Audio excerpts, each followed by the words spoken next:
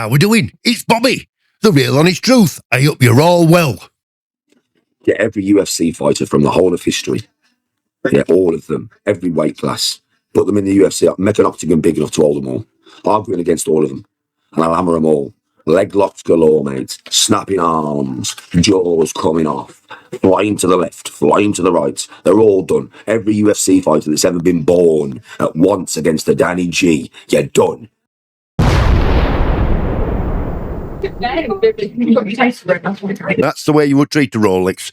Put it down on its face so you can scratch the glass. Tell me that. I can see a little scratch top left side where you've had it on its face. That's it. That's how you. He hadn't a clue how to, delicately treat something of value, does he? What's he doing that for, Danny? That's not how you wound it up, That's not how you wind it up.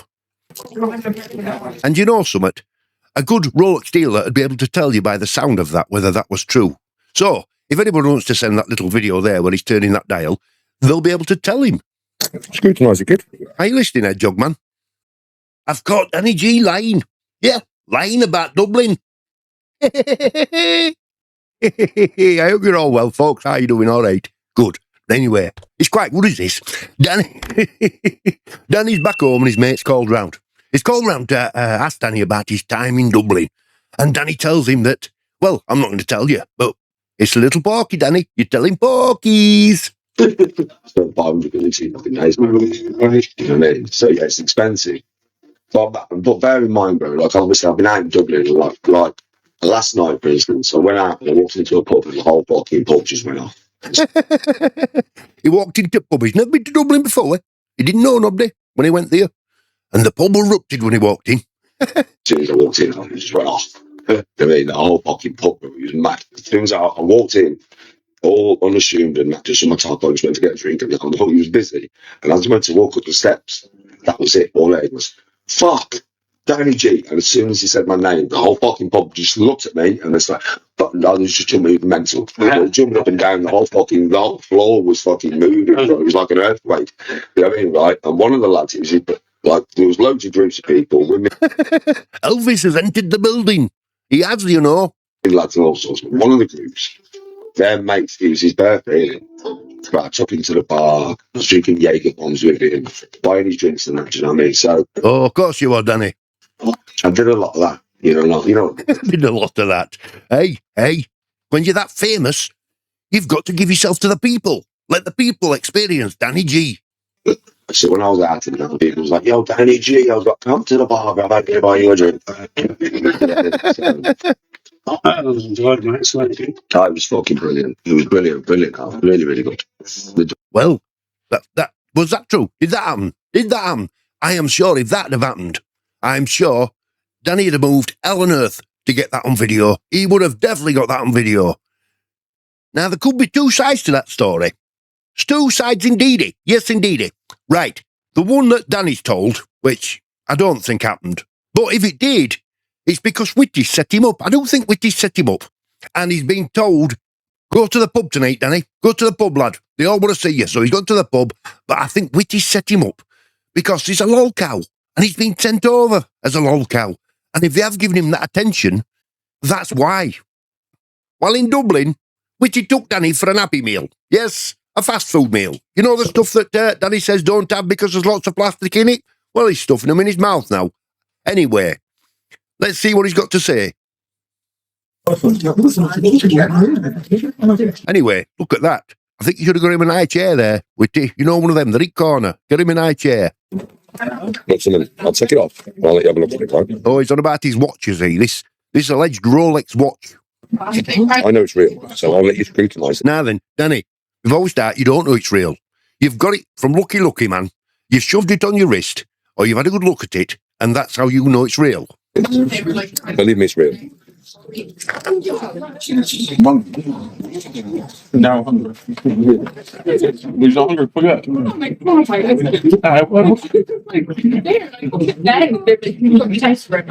That's the way you would treat a Rolex. Put it down on its face so you can scratch the glass. There you go, Hedgehog man. Scrutinise that, mate. Scrutinise that. Oh, right, he's having a go at Hedgehog man. Now then, if that's a Rolex, probably looking at it, probably around £6,000 it's probably worth. But what you need to do, Nanny, is take it to get authenticated. Get it authenticated. Pay the £100 or whatever it is in the Rolex shop, and get it authenticated. That's what you need to do, Danny. Oh, he don't treat it right well, does he? If it is a Rolex. Oh, he don't treat it right well, does he? If it is a Rolex. Scrutinise it, bro. Well, there's nothing to scrutinise, really. It could be a good fake. You scrutinise that kid. I'm not saying it's not a Rolex. I'm not saying that at all. But it's only a watch at the end of the day. Come on, lad. Scrutinise it. Tell me that. I can see a little scratch top left side where you've had it on its face. Fake. That's it. That's how he hasn't a clue how to delicately treat something of value, does he? What's he doing that for? Danny, that's not how you wind it up, That's not how you wind it up. And you know something? A good Rolex dealer would be able to tell you by the sound of that whether that was true. So, if anyone wants to send that little video there where he's turning that dial, they'll be able to tell him. Scrutinise it, kid. Are you listening, Hedgehog man? And you know something? A good Rolex dealer would be able to tell you by the sound of that whether that was true. So, if anyone wants to send that little video there where he's turning that dial, they'll be able to tell him. Scrutinise it, kid. Are you listening, Hedgehog man? Come on. Come on, then.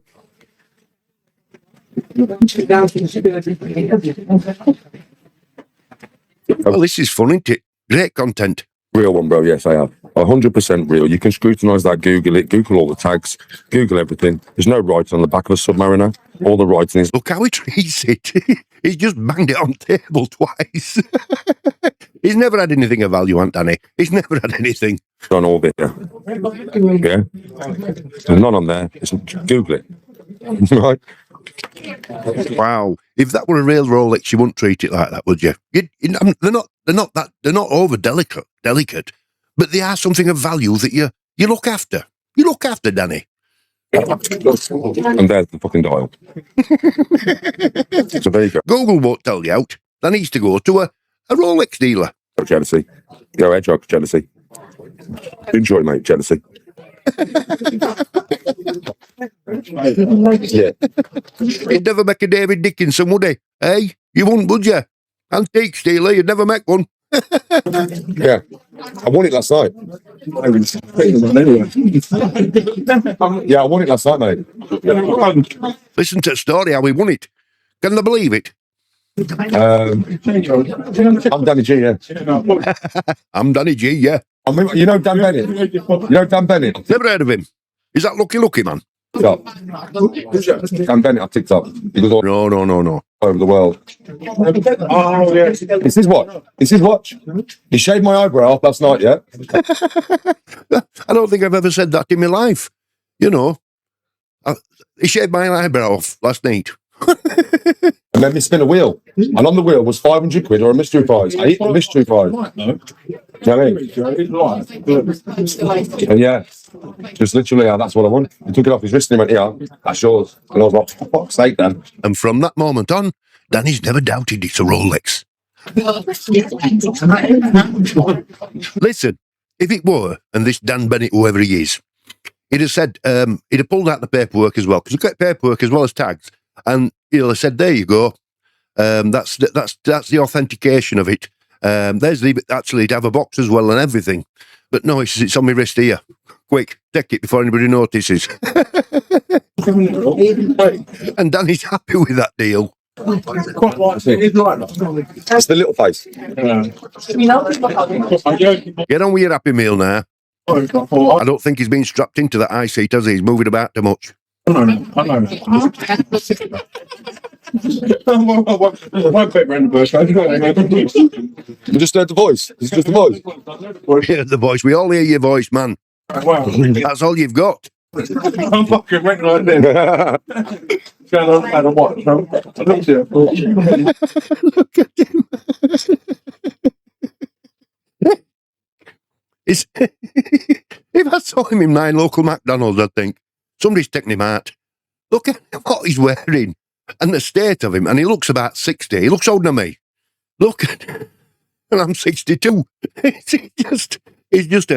You're a freak alive, Danny. Yeah. And he thinks he's impressive. He thinks he's unique. But what he is, he's a freak. You're dressed like you're 20. Ali G would be proud of you, lad. I'm doing content, bro. You've been to Dublin before? Yeah, it's Fine for me, bro. And he loves it. He loves it because he don't get out enough. This is awesome. Oh, mate, I'm wrong. You're really wrong. Yeah, compared to back home, innit? It's awesome. Back home from Yeah, the atmosphere here, everybody's lovely. But tell him why you're there, Danny. Because you got a freebie. You got a freebie. And all you took for your bus fare home, took down your sock. You remember, folks, like when you were young, my dad used to say when I went out, when I was a kid, keep that bus fare down your sock. You might need it to get home. Don't use it, don't spend it. Danny's like that. Mr. McDonald's, full of plastic, that stuff. Don't eat that, he says. Smile away, smile away. He's like a little kid, isn't he? Very nice. What's the point in shaving your fucking eyebrow for a Rolex? Okay. Yeah, it makes sense, doesn't it? I mean, anybody with any sense, if it was like, yo, let me shave your eyebrow, but give you my Rolex. Is it real? Yeah. Okay. Most people, I think you'd agree with this, folks, would say, shave my eyebrow off, I'll give you a Rolex. I'd say, let me see the Rolex first. or even if it were a mystery prize, you'd want to know roughly. But, you know, if all the other prizes are £500, you'd expect it to be around that expense, you know, not a Rolex watch. Come on, Danny. You've been had. The whole weekends you've been had. You've been sent over as a lol cow. And you've entertained them. You've entertained the Irish in Dublin. Well done, lad. Well done. Now, we haven't to forget how talented Danny is. He's very talented indeed. Very talented indeed. Don't forget that. And he keeps reminding us. I could unsubscribe to 12 channels. It wouldn't make a difference to me. Do you understand? Right? I understand, Danny. Right. But it may make a difference to you and your content in the future. Because with me, right, I have 2 other YouTube channels. And I am very popular. He's very popular indeed. Very popular.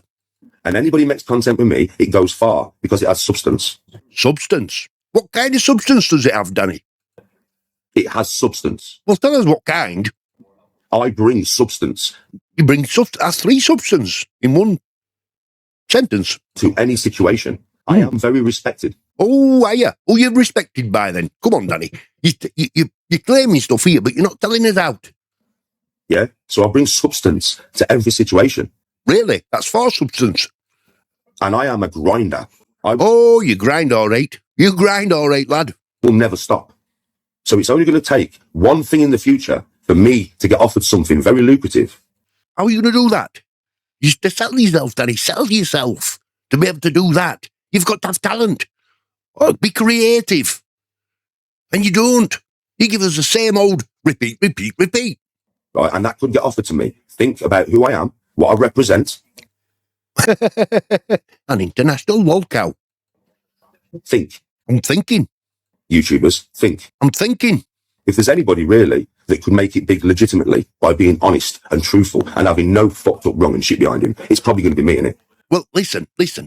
What do you mean by big? Oh, his favourite words are big and famous. And that's what he wants to be, but he doesn't have out to sell. You've got to have something to sell, some talent. Can you sing, dance?